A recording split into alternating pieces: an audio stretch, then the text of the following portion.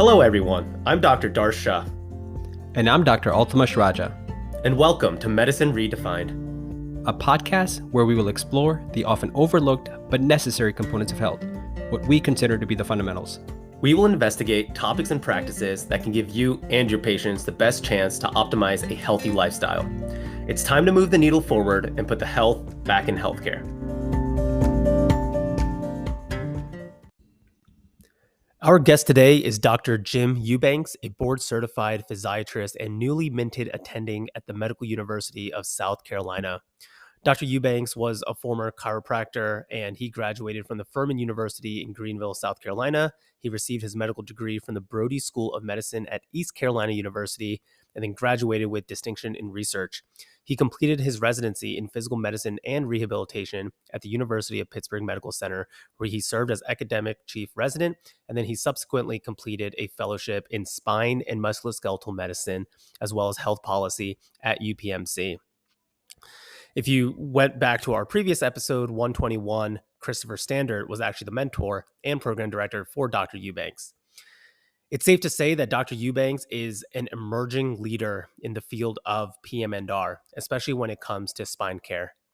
He serves on AAPM&R's Innovative Payment and Practice Models Committee. He is currently involved in leadership roles at the American Association of Neuromuscular and Electrodiagnostic Medicine, and he serves on the Editorial Board of PM&R. He was recently selected as a recipient of the NASS 20 Under 40 Award. Jim goes through a lot of things today when we talk about the biopsychosocial model of back pain. For those of you that may not know, back pain is one of the most common complaints we see in the clinic and in the hospital.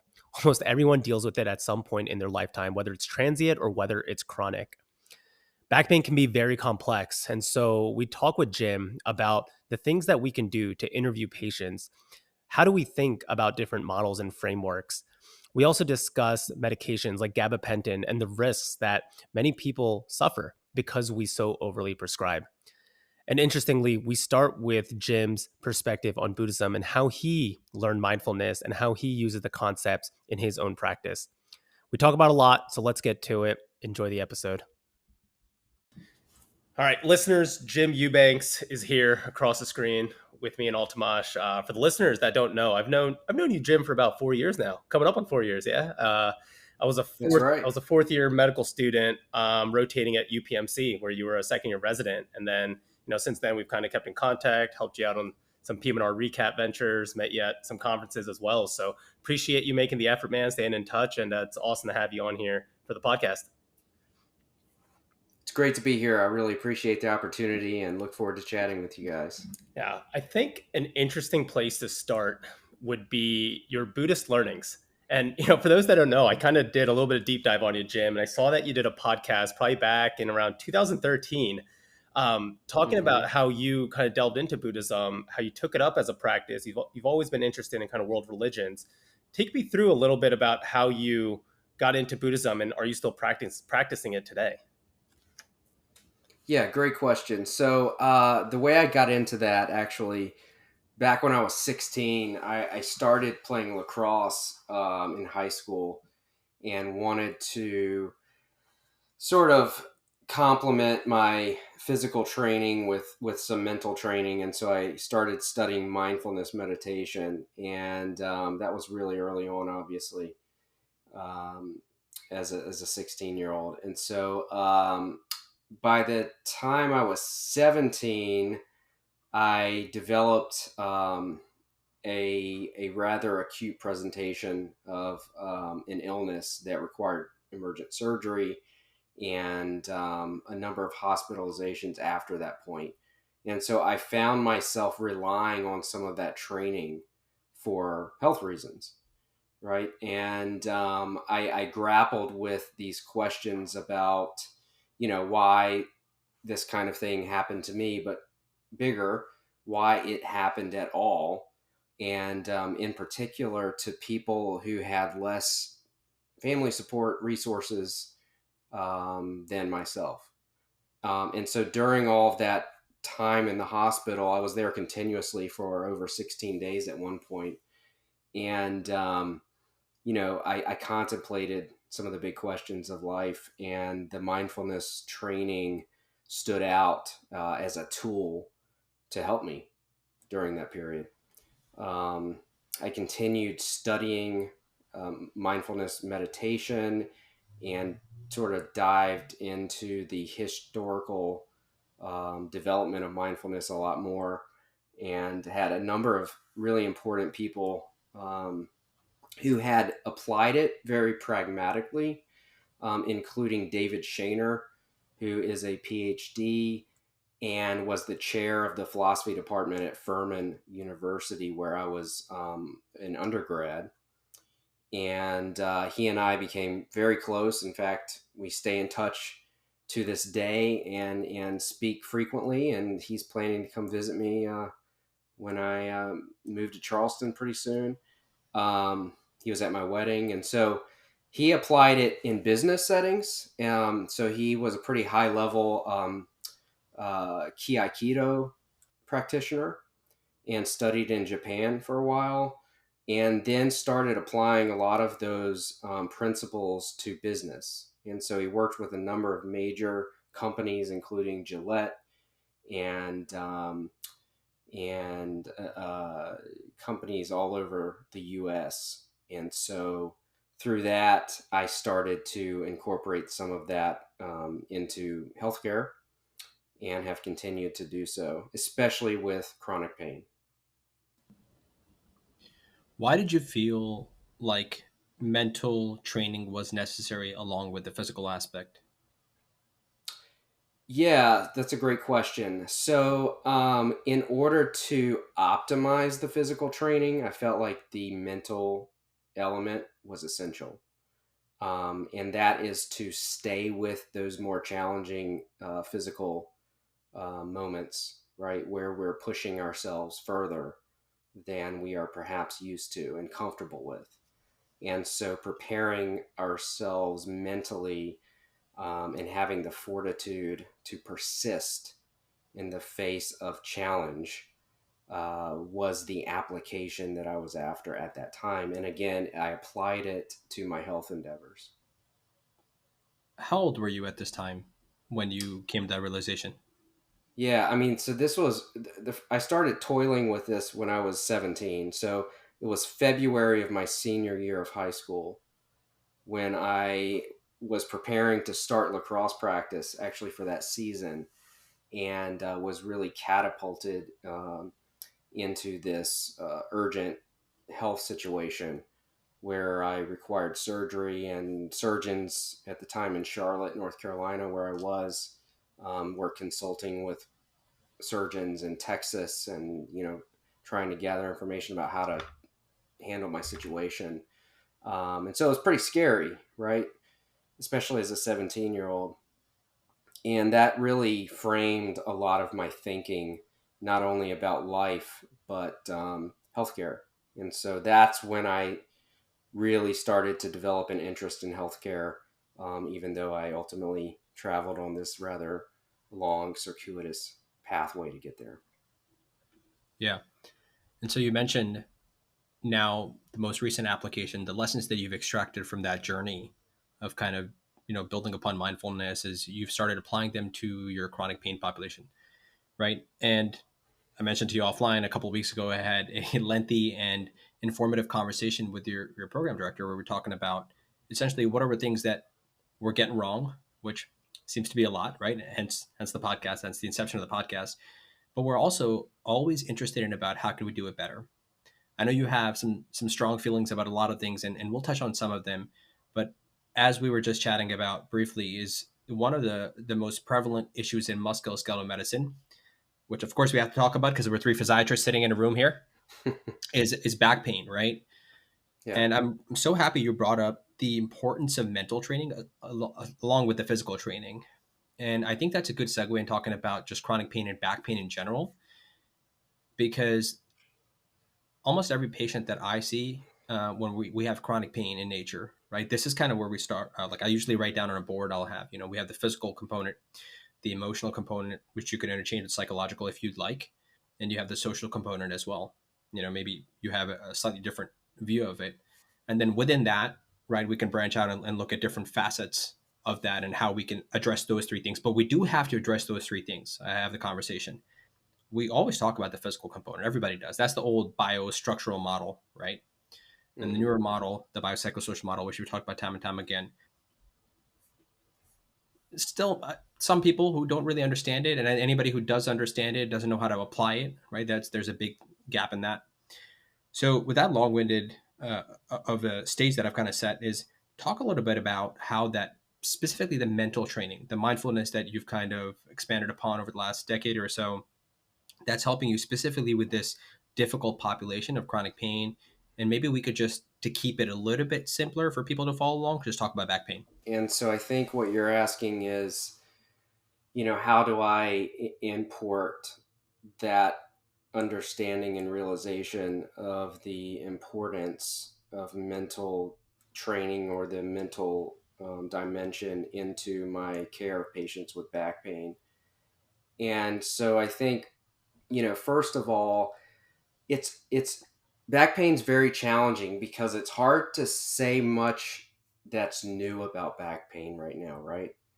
We have lots of research looking at back pain, and we struggle with articulating it in different ways than we've been doing for years now. But I think one of the ways that we have to think about it is that there are folks with structural issues, very specific problems that cause them pain.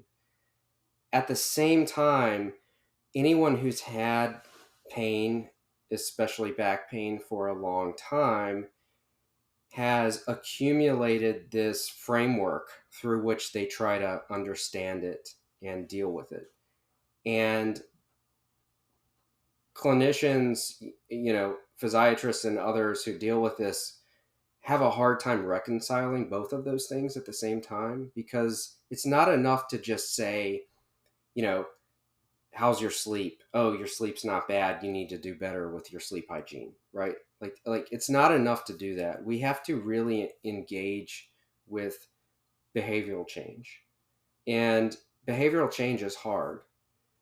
Identifying potential pain generators has become relatively easy for us. We do it a lot. We, have advanced imaging and we identify targets.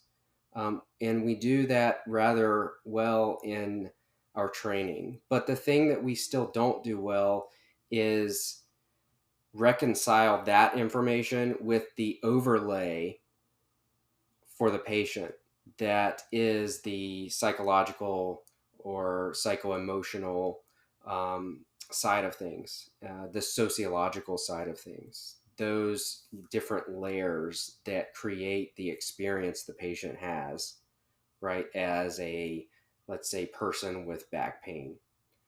So for me, my background and training allows me, first of all, to relate to patients, right? Because I understand why those things are important as someone who has suffered chronic pain and someone who has suffered from acute pain. And I think that relationship building with patients allows me to break down some of those barriers that might be present that need to be addressed. And so one of the things that I've really gained from the fellowship that I do, is trying to better understand how to identify the different types of motivators in a person's life, right? Like what makes them tick? What makes them get up every day? Why do they want to get better? And identifying that is critical to the care plan that I will develop with them. Implicit to all of that is that psychological dimension, how they think about it, how they prioritize, how they reconcile challenges. All of that matters. And that's part of what I try to use, from my own experience with, for example, the mindfulness background as I apply it in the clinic. I just wanted to follow up with that, Jim. Oftentimes when you bring up the words mental, mind, psychological to patients, especially with pain, they kind of resist, right? They'll back away, they'll shut off. What's your conversation like with patients when you try to delve into the psychosocial components, when you try to teach them about different ways of mindfulness training? Yeah, great question. So it's a lot like the label non-specific low back pain. We don't talk to patients and tell them that they have non-specific low back pain, right? Like that's a label we use as physicians or researchers. The way we talk to patients is much more practical and kind of mundane and down to earth for the intentional reasons that it relates better with them. And so when I talk to patients about, the psychological aspects, it's more in ways that allows them to explain themselves. It's very open-ended. And so I might explore what their values are or what their goals are for clinic, right? Like we would always ask, what can we do for you? That's sort of an opener for us in the fellowship and the kind of spine program I'm in. And so we don't say, where's your pain, right? We say, how can we help you? And so setting the stage for exploration is more important than trying to pin down some specific type of information from the patient in the context of, exploring some of the psychosocial dimensions. And so I need to know what's important to them in life, what is an obstacle for them in life. In other words, what's going to be the barriers for us succeeding as a clinical team, and what's going to be the hang up when I try to put together an effective care plan for them. To know that information, I just need to prompt them in an open-ended manner, and usually that information reveals itself pretty readily. Yeah, I think the barriers are key, right? I mean, I'm on a consult rotation. That's the one thing you constantly learn is, what are the things that are going to prevent somebody from executing the plan, right? I think that's something as providers we don't often think about. You talked about engaging with behavioral change. I got that in quotes right here because I do think that that has to be the theme of every single patient encounter when we're talking about somebody who has any type of chronic disability, right? And giving people agency over your pain, right? I think about an encounter I had earlier today where it was a consult patient coming in for quote unquote pain management. And they were just talking about how the pain is limiting every facet of this person's life, right? All the big components that we talked about. But it was also the pain is not allowing me to do this. The pain isn't this, the pain is. And we talked about why does the pain have so much power? We just sat there and thought about that for a second, right? We're talking about, hey, and this is an individual who is actually a retired Navy officer, right? So a highly functioning individual, 20 years in the Navy, very physically fit. Of course, with that, it's accumulated a ton of musculoskeletal injuries. And so rightfully so, a lot of surgeries, reason to have pain, quote unquote. Something occurred to me though, when I was reflecting on that visit later on, right? You mentioned maybe we're not doing a well enough job dealing that aspect. I think we're doing a terrible job. I think you're being very, very kind. I think when it comes to finding the specific targets, like that's what we're trained to do through our training. And hey, look, quite frankly, that's really sexy stuff, right? Getting a needle in my hand, getting under ultrasound, stuff like that, that's a lot of fun, right? And as I've cited before, like the evidence suggests that majority of the candidates that matriculate from residency to fellowship are going to musculoskeletal based fellowships and not ones that are like your program. But what the thing that stuck out to me is that this individual had come to me with the expectation of pain management as in prescription management, right? Because their previous provider had discharged them for whatever reason. And when they made that intake appointment, they were given that information that this is what the expectation is going to be. So we spent 45 minutes, Jim, talking about all these other things about, getting control of your life back and all that kind of. At the end of the visit, said, okay, what else can I do for you today? I was like, okay, so are you going to write the oxycodone? And I almost chuckled inside, and I was like, oh man, like we didn't get anywhere. Of course, probably the failure is mine in that regard, right? Something, and maybe it is, maybe it isn't, and maybe I'm being too hard. But what I couldn't help but think is like, when this person scheduled this appointment, what was the information that was given to this person, right? Because a lot of it is managing expectations. If you've been given, hey, this is what's going to happen at your first visit, and then the patient hasn't heard whatever I said for 20 minutes or whatever conversation we had, right? They're just waiting for, they have their own agenda, right? Somebody recently told me, like, everybody's got an agenda and we have to align those agendas. And that's when we get to that therapeutic alliance that we talk about all the time. And so I think teaching the providers, the physicians, the trainees, like, that's one aspect of it. But what about the ancillary staff, right? What about all these other checkpoints in the healthcare system where, if that all isn't lined up and teed up, it's going to be really hard to get somebody to engage in behavioral change by the time they walk to your office. What are your thoughts about that? Yeah, so the ancillary staff is a pretty critical component now, right? Because healthcare is a team sport. And we are able to do what we do because of our dependency on numerous other people, right, in different positions of importance. And it's interesting you bring this up because so the research work that I'm involved with is looking at prehabilitation for lumbar spinal stenosis surgery.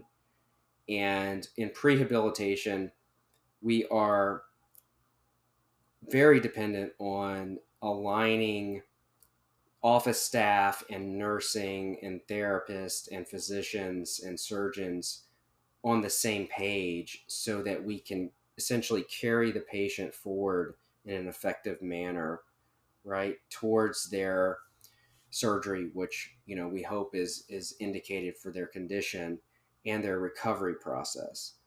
And so the successful implementation of a program like that requires the team to come together and understand each other's part in the process.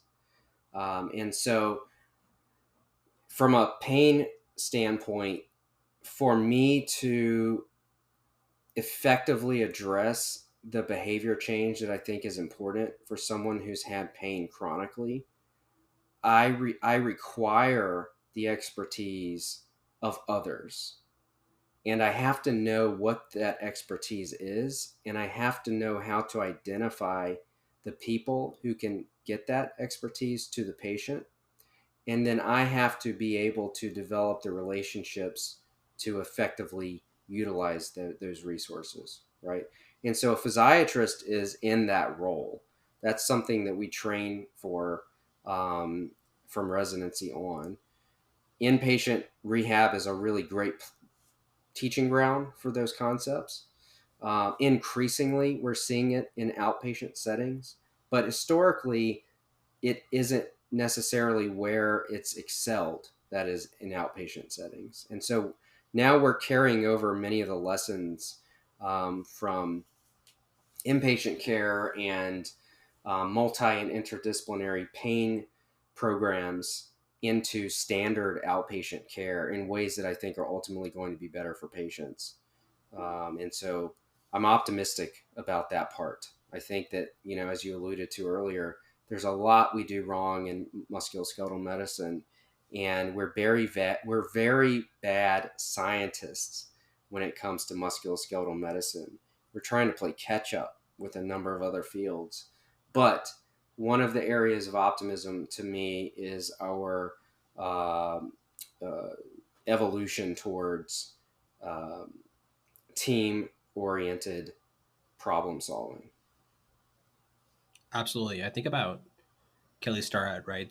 Kelly and Julia Starrett, they recently put out a book. I think it's called Built to Move. And I've been listening to him for a while, really, but lately he talks a lot about how pain isn't a medical problem. And I think, what he's trying to talk about, and Darcy can comment on this, is that, everybody has to own their own pain, and it's not something that you can necessarily go to the medical system and say, help me get out of this, right? You have to be an active participant. In fact, a lot of times you don't even need the medical system. I mean, how often, I mean, really, there are very few people on this earth who haven't experienced pain, but it's not every single time that you stub your toe or you have some pain that is transient that you end up seeking care. You're like, I'm just going to rub some dirt on it, quote unquote, right? It's going to dissipate over time. But really, it's that what's the thing that's turning into a chronic, from an acute to a chronic process? And in those steps where it's turning from an acute to a chronic process, what are steps that one could take to prevent that from happening or mitigate the other chances of that happening, right? So I think that's some of the process that he's talking about that I really like. But I want to dig a little bit into this perisurgical care, the prehabilitation that you talk about for spinal stenosis.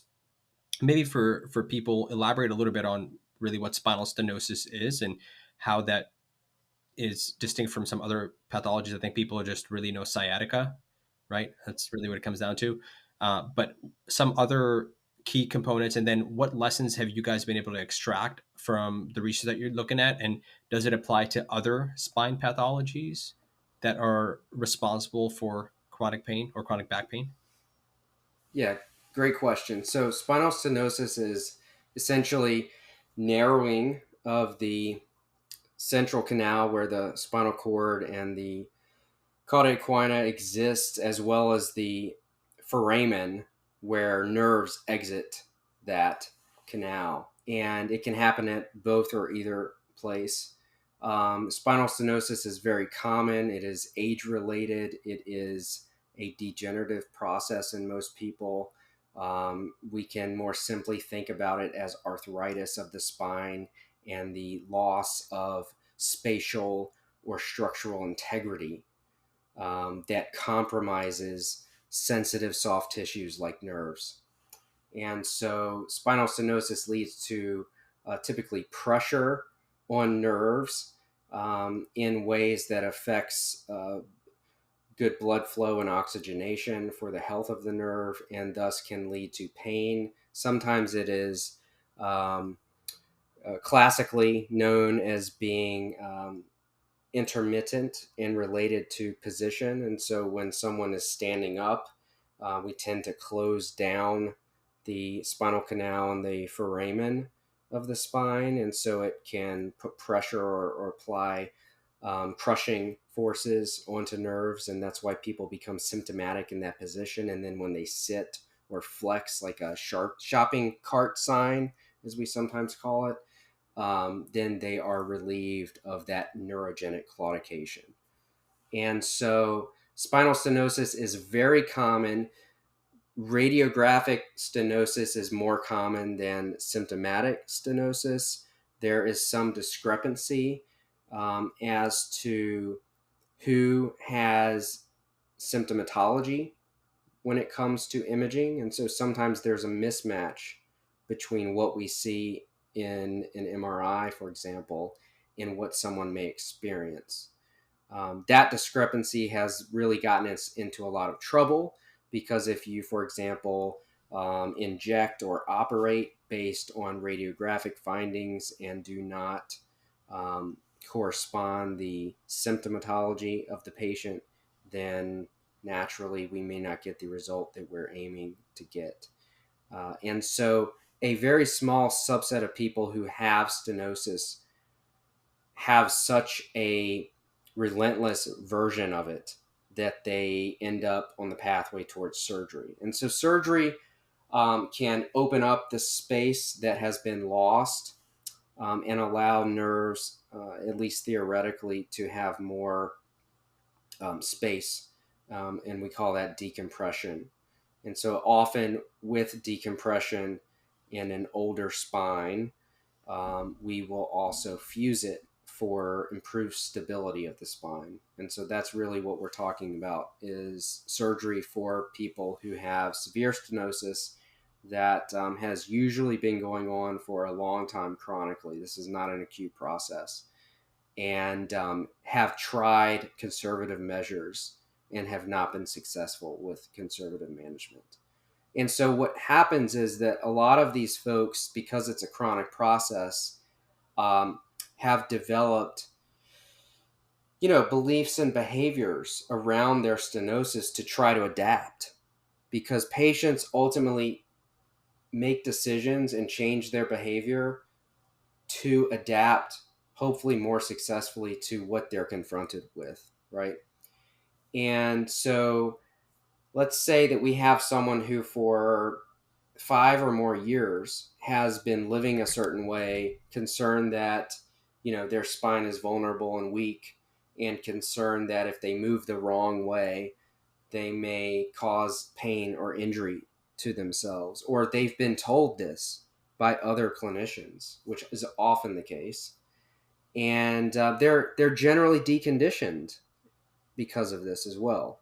So you take someone like that and you sign them up for surgery, and you do the surgery, but you don't address any of these multi-year behavioral changes.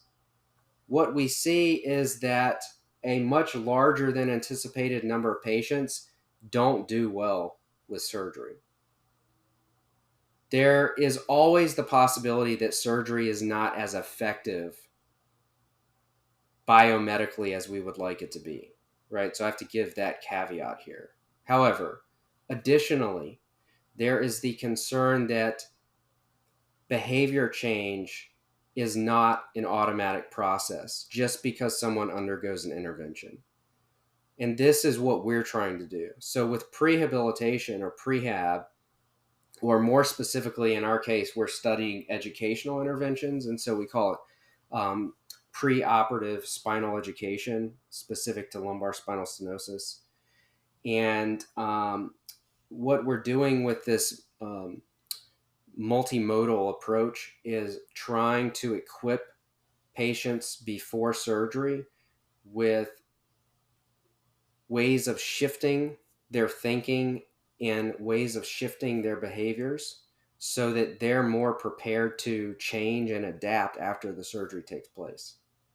And the thing that's really important here is that it's based on adult learning theory, which adult learning theory is pretty simply, or maybe most simply thought of as repeating information over time, right? So that we retain it, okay?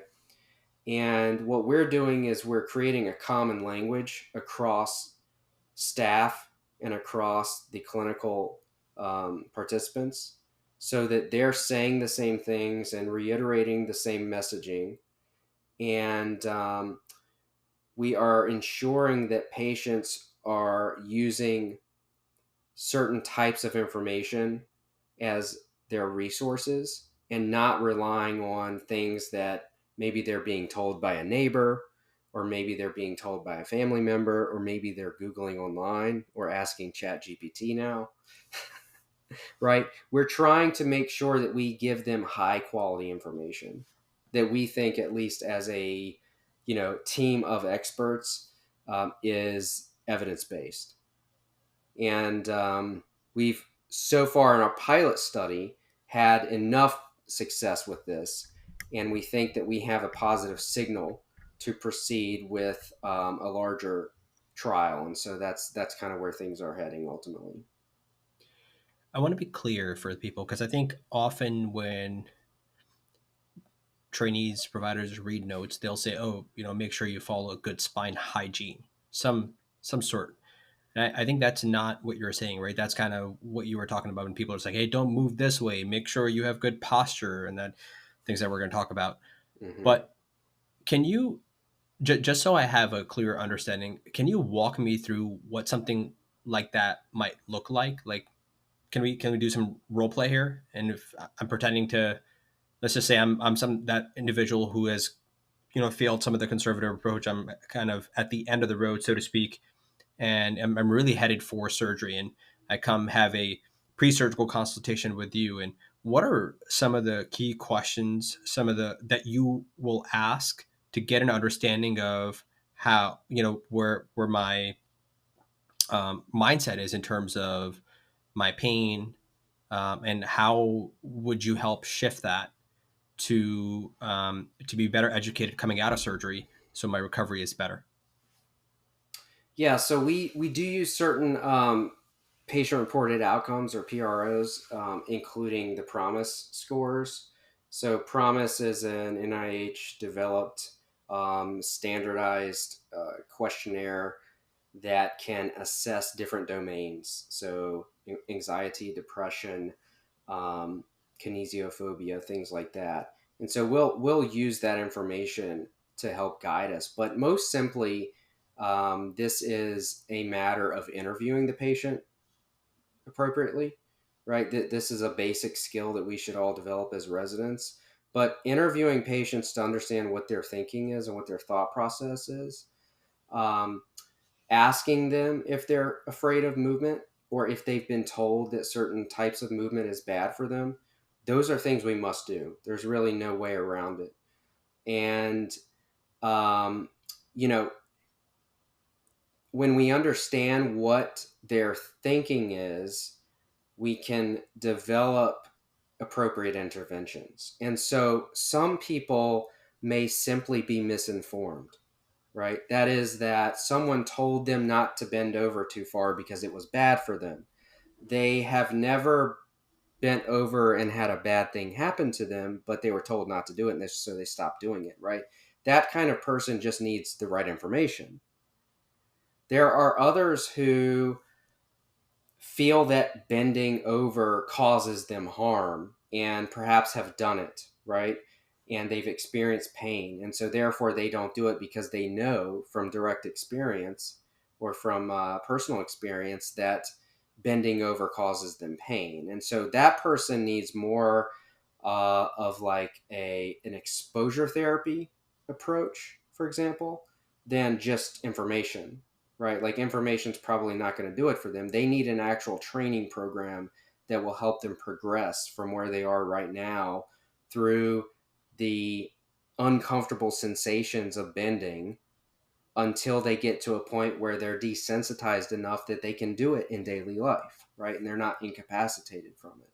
So understanding the person's thinking is critical to developing the right kind of intervention for them. And likewise, that may change our medical treatments. So a person who's actually experiencing active pain is different from someone who is just fearful that they might experience pain, right? So I'm not going to over medicate someone who's not in pain and is just concerned about it, but someone who's having acute pain because they have, compressed L3 nerve root, for example, is going to be different. Yeah, it's funny. You talk about residents teaching them in an interview to get the thought process, right? It's completely different than what throughout medical school we're trained, right? It's like the mnemonic that I learned was OPPQRST, right? You got old charts, clothiers, people are trying to get just so you can get the key facts, which are really all geared for billing. Fortunately, that's not the case, at least for outpatient medicine anymore, but still that's what we're teaching them. There is some good to that, right? Having worked with medical students, that these are key components to, hey, what makes your pain better, what makes your pain worse. But again, it's not a checkbox thing, right? It's like about having a conversation and really understanding where that person's, mental, like what mental space they're in. It's interesting you brought up the movement and the thoughts of movement. If I think about circa 2018, when I had my true first time, like a true radicular symptoms, like after a very long drive where I had an S1 radiculopathy, couldn't sit for 5 minutes, right? With that paresthesis constantly and just excruciating pain. And, even things starting to go into the groin. And of course, like an avid, enthusiastic old fitness person and strength and conditioning world, just pick up Stu McGill's work, right? I know you're familiar with his stuff. And I read the book Back Mechanic front to back in like 2 days. And then I'm doing everything in neutral spine, right? Doing my bird dogs, doing my crunch, doing my lateral planks. And he even talks about how when you're walking, you should be walking with that spine stiffness, intra-abdominal pressure. And then you try to do that. It's like, this is the most ridiculous thing in the world because this is not pragmatic. And I hear that word that you used with one of your colleagues, that approach. This is not, you can't do that and live day to day and function in a normal society. And finally, I went to a physical therapist who I had been following for quite some time in PA. And the first thing he had me doing is like, after doing an assessment, he was like, all right, we're going to get you to squat and we're going to let that lumbar spine round all the way at the bottom. And I just looked at him, big eyes, I was like, how dare you? You know, what do you mean? Like, they're just going to let that round, right? We can't let that butt wick happen.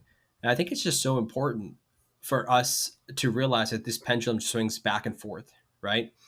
And I think at that, at this point, rather, I'd want to get your thoughts on posture. I think when it comes to this pendulum swinging in fitness industry and pain, things do go back and forth. And when I was coming up, and we were talking a lot about how like posture really, really influences your pain. And then over time, you're getting everybody's just doing postural correction stuff, right? We're doing prehab stuff in your workouts. Like I'm trying to hit the YTLs like crazy, trying to hit the rhomboids like crazy, try to correct that thoracic kyphosis, which is really normal. Um, and you're trying to fix that. And then over time, the conversation shifts to, oh, doesn't affect pain whatsoever. And I'm not sure that's true either. Like much like anything else, it's somewhere in the middle. But I'd love to give you the floor here and kind of get your thoughts on where you are in that conversation. And I see you smiling, so I'm excited to see what you're going to say. Yeah, it's unfortunate that apparent radicalism is what gets people's attention. So, when the pendulum's over here, it's if someone says something over here, then that gets the attention. And so things start to swing that way. And then that's normal. And there's nothing new under the sun. And so then someone says something back over here and we start moving. That's how pain management has been for decades, right? Nothing new under the sun. I mean, if you study the history of it all, it's really funny to me. I saw recently that like ultrasound and various types of ultrasound, not as a diagnostic tool, but as an interventional tool, is coming back around. And I'm like, chiropractors and PTs have been using that crap for decades. And, we debunked that 20 years ago, and now I see it coming back around as like this new thing. And it's not new. It's been around for a long time. But I guess the point is that, so saying something provocative tends to get a lot of attention. And so for a while, we've been saying that, posture is important. And now we're starting to say posture is not that important. But I think what's important here is there is a balance of concepts. And so for some people at certain times, posture can be important, right? So if you're post-op day 2 from a 3-level decompression fusion of your lumbar spine, bending over and touching your toes a bunch of times is probably not going to be the best idea in the world, right? It's practical for us to give people neutral spine advice for a couple weeks, maybe after spine surgery, right? You're trying to minimize extraneous stress on those healing tissues. Makes perfect sense, right? The person who is, working out at the gym 5 days a week and in very good shape doesn't need to be running around obsessing over neutral spine, because we don't have good evidence to suggest that maintaining neutral spine is going to prevent any kind of back pain from happening. So that's a really important point here. We have to come back to evidence-based thinking, and we have to look at the evidence. And when we do, we find that there's no evidence to support a lot of those assumptions that we've made over the years, particularly about posture. If a posture feels bad, don't do it, right? That's what we should be saying to people. But we shouldn't be, petrifying them by saying that, if you bend over and look at your cell phone, you're going to ruin your neck, because that's just not true. We have no evidence for that, right? And people have been doing that with newspapers for 100 years. So before cell phones, it was newspapers, right? And nothing bad happened. And so another part to that is really understanding the natural history of diseases of the spine. That's not how, a loss of cervical lordosis happens, for example. And that's not how a kyphosis develops. That's not what gives you compression fractures. Like, understanding the etiology of those things is really important to fact checking some of the popular ideas that float around. Yeah, so that's one thing I would say. And then I think, one thing I did want to go back to just briefly is you had touched on the idea that pain can be a really personal thing for someone, right? And so if people aren't familiar with Jerome Groopman, he is an oncologist in Boston, and he wrote a really good New York Times bestseller years ago called The Anatomy of Hope. And in that book, he talks about his experience with back pain. And so the way that I got into PM&R, or physiatry, is actually through Jim Rainville. And Jim Rainville was the one spine person that Jerome Groopman went to after 20 years of back pain and was able to get better. And the reason he was able to get better is because Jim Rainville looked at him after he had seen all his scans and heard his entire life story, and he said, "You're worshiping the volcano god of pain." He said, he said, "The volcano god of pain is a selfish god, right? It demands all of your attention. So when you're walking down the street, it requires that you think about it and not the walking or the reason for walking or the purpose in life, right?" And so the analogy here, though, is that with pain, there is ultimately a decision point where only the patient can participate. And that is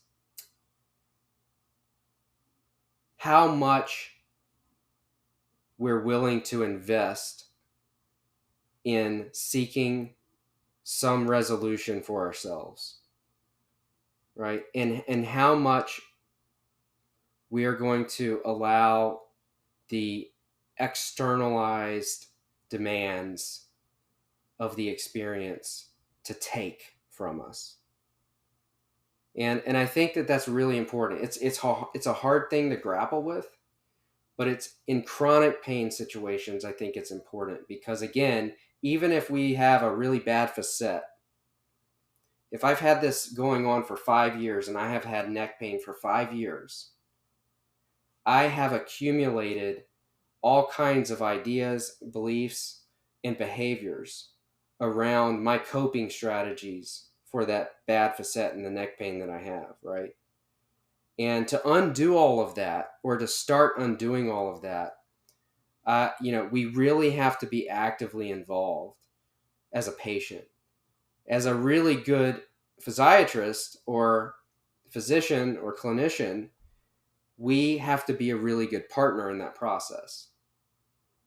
And so that's just another point I wanted to make because, I love that volcano god of pain. It snapped Jerome Groopman out of his sort of cyclical thought process that he had maintained for 20 years. And I think it's worth people looking into.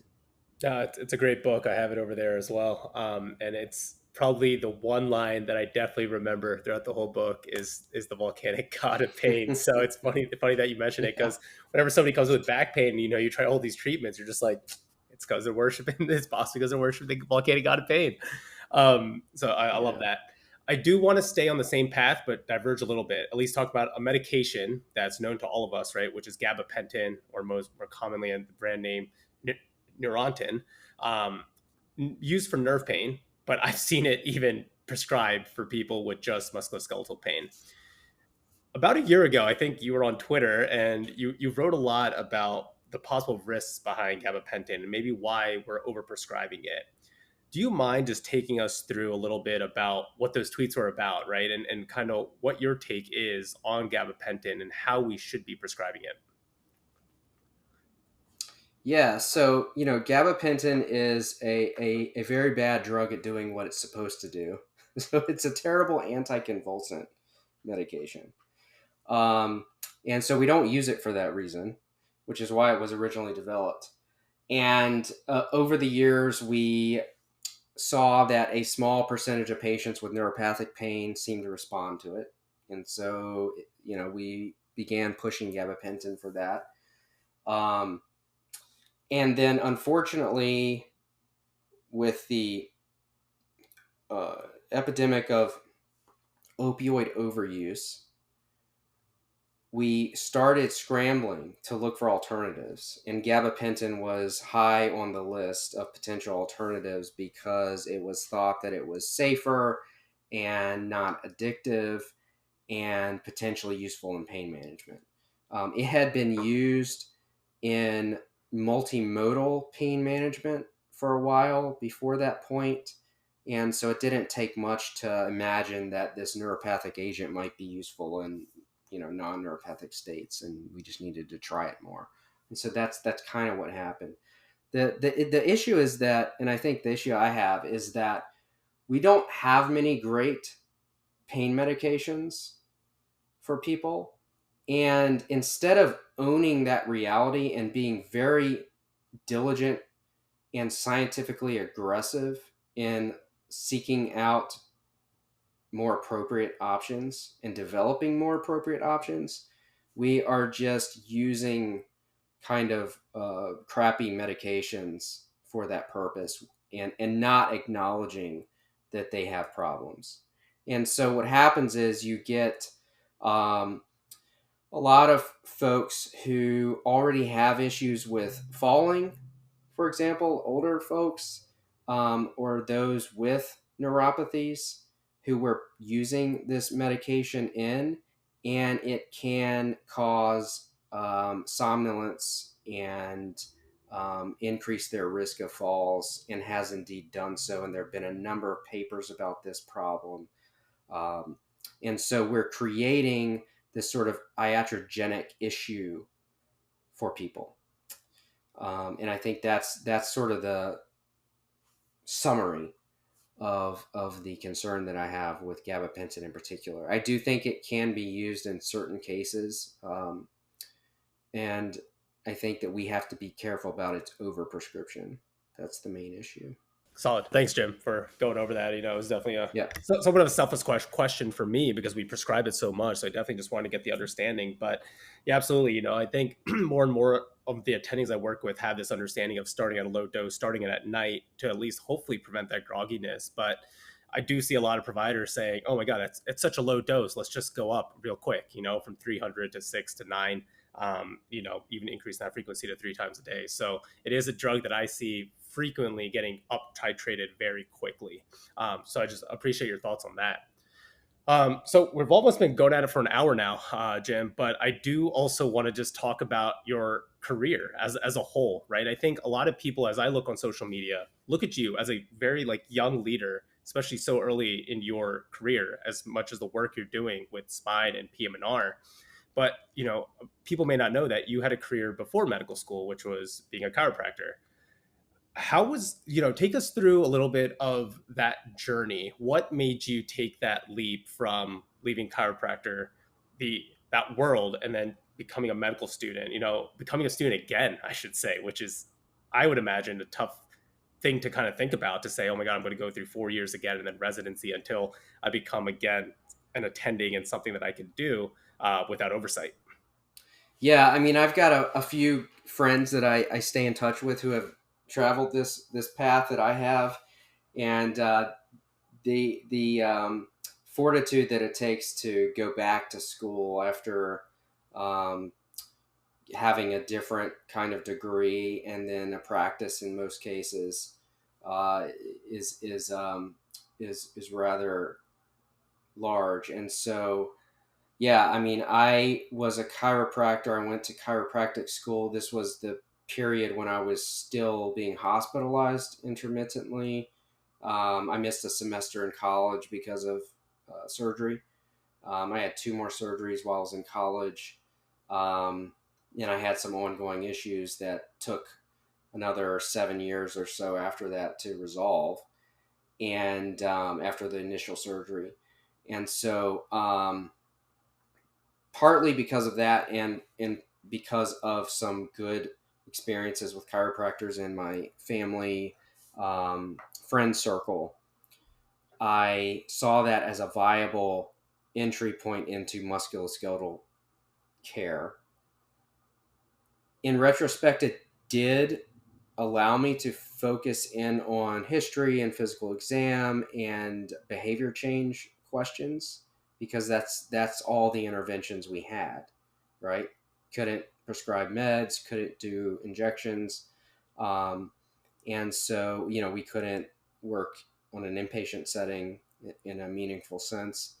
And so if you don't have those things, you have to really try to hone your skills elsewhere. And so for that reason, it was a very good primer for PM&R. I don't do manipulative therapies or treatment really anymore. I value a lot of the people in that community who have gone on to do research. So the chiropractic and more so the physical therapy community has done a really nice job of training researchers to do important work in musculoskeletal care. And I think that I know through the RMSTP program, the Rehabilitation Medicine Scientist Training Program at AAP, they're trying to produce more PM&R physicians that can do that work and have done a really nice job. But that's crucial because we have a lot of interventions and therapies that we're using out there that are not yet appropriately researched. And the evidence is very thin for them, right? And it's on us to do the work and to find out what is working for people and what is not. And then, that would be good evidence-based care. And so that's all of that thinking was involved in me moving back towards medicine, because I did go spend time with Jim Greenville in Boston when he was still in practice. He retired just a couple of years ago, but when he was still in practice, he had this really successful spine program at New England Baptist Hospital, and worked closely with PTs, and it was very exercise based, and he was kind of the person who people saw when they were at the end of the road and no one had any more solutions for them, and so he would sort of take care of those people and do a really great job with them. And so I saw that, and it inspired me, and I could see myself doing that.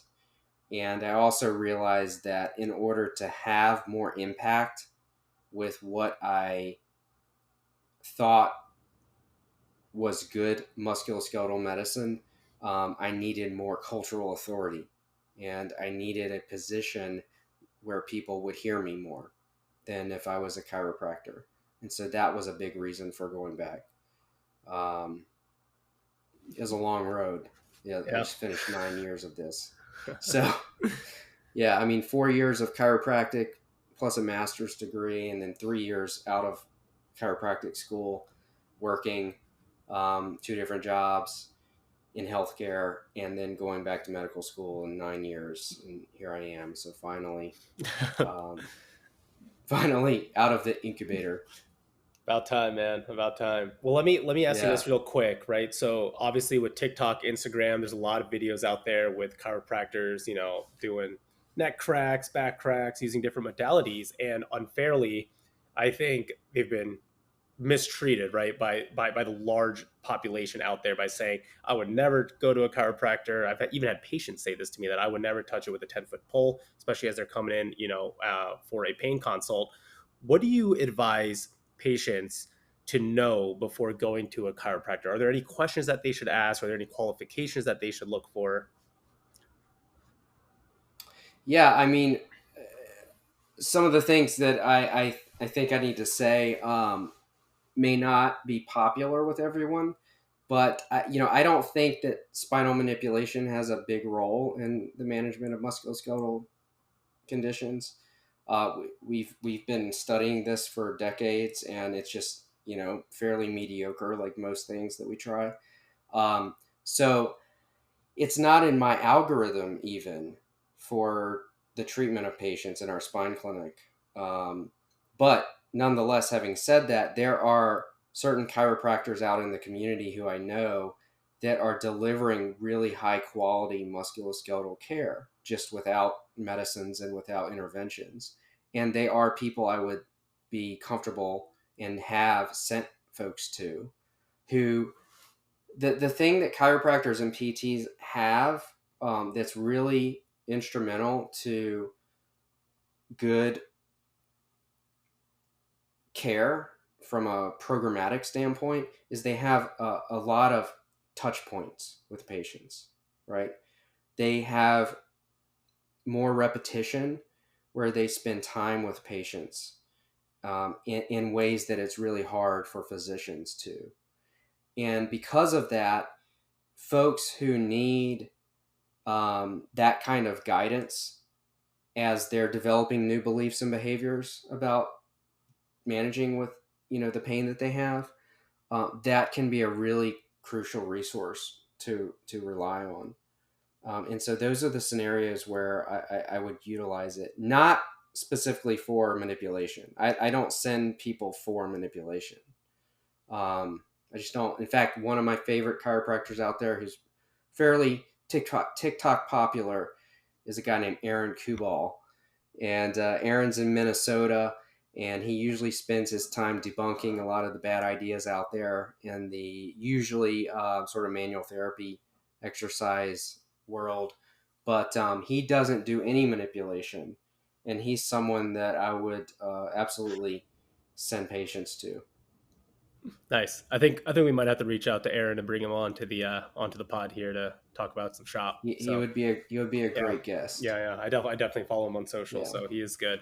Awesome. Well, man, you just said it's been 9 years. You're finishing a fellowship. You have 4 more days left. By the time this episode is released, you might be on your way over to South Carolina and starting your new gig there. Why don't you tell the audience what's next for you, what you have in store, and what you're excited about?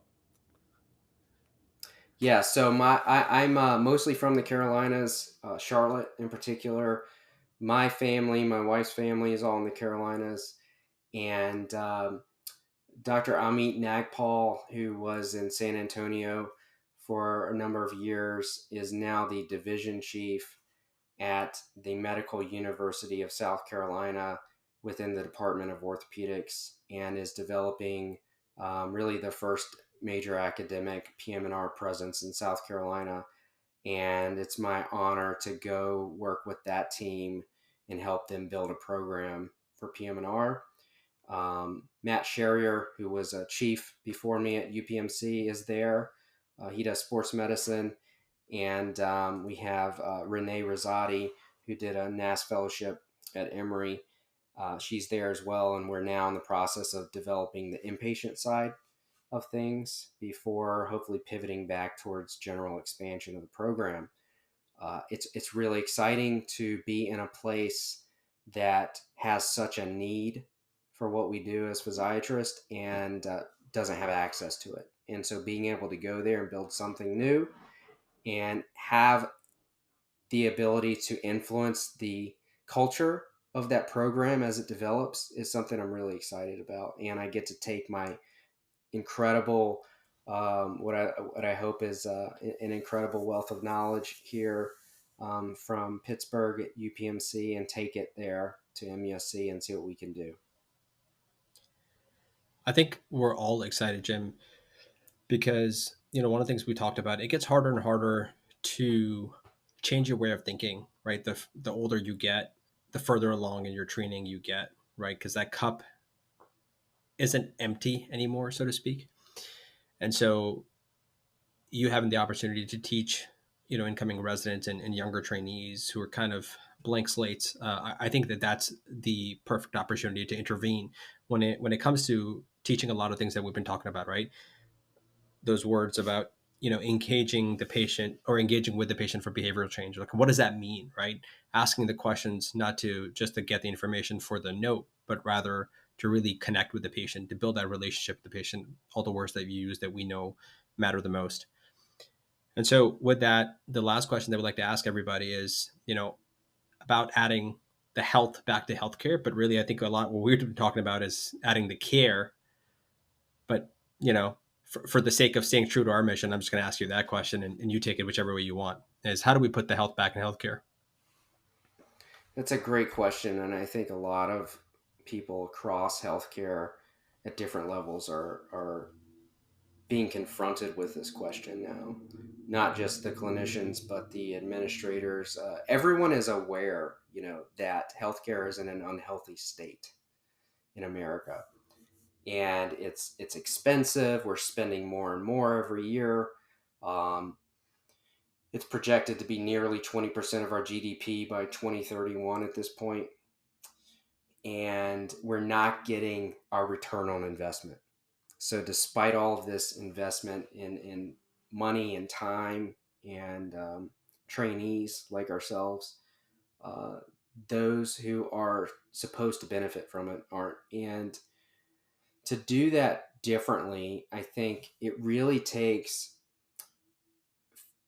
more people in positions of influence to try new solutions when it comes to delivering healthcare. We have a lot of understanding about what might work, but when it comes to implementation, that's where we struggle. There's a lot of fear. There's a fear of uncertainty. There's a fear of changing the way we've been doing things. We have to change, though. We have to have brave leaders.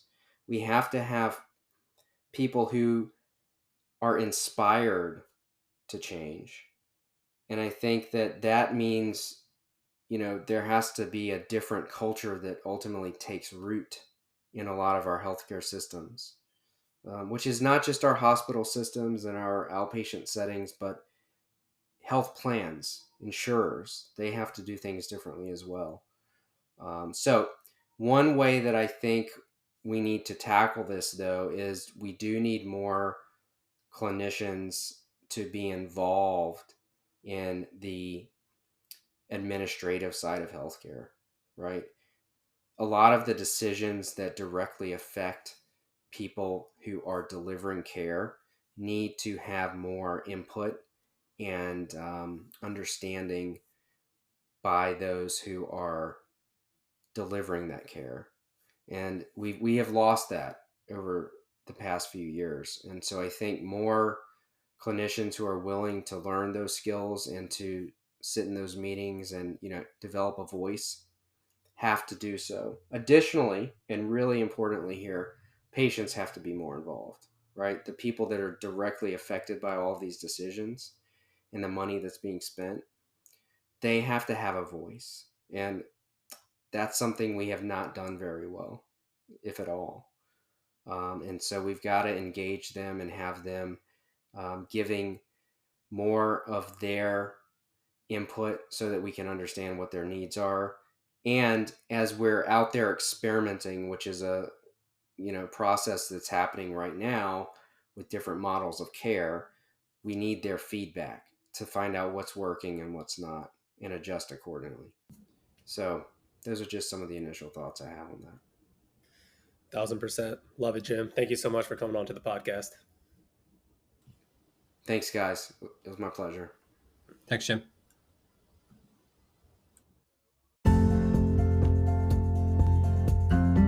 Thanks for listening to another episode of Medicine Redefined. If you enjoyed this episode, please be sure to check out some of the additional resources in the show notes. Please also check out our social media platforms where you can find more content like this. You can follow us on Instagram, Twitter, and TikTok at MedRedefined. We want to take a moment to thank our team for the production of this podcast, specifically Ethan Ju and Haritha Yepuri. Lastly, please remember the important disclaimer that everything in this podcast is for educational purposes only. It does not constitute the practice of medicine, nor should it be construed as medical advice. No physician-patient relationship is formed, and anything discussed in this podcast does not represent the views of our employers. We recommend that you seek the guidance of your personal physician regarding any specific health-related issues. However, if you enjoy the show, please be sure to subscribe, review, and share with anyone who you think will gain value from this as well. Until next time, thank you for listening.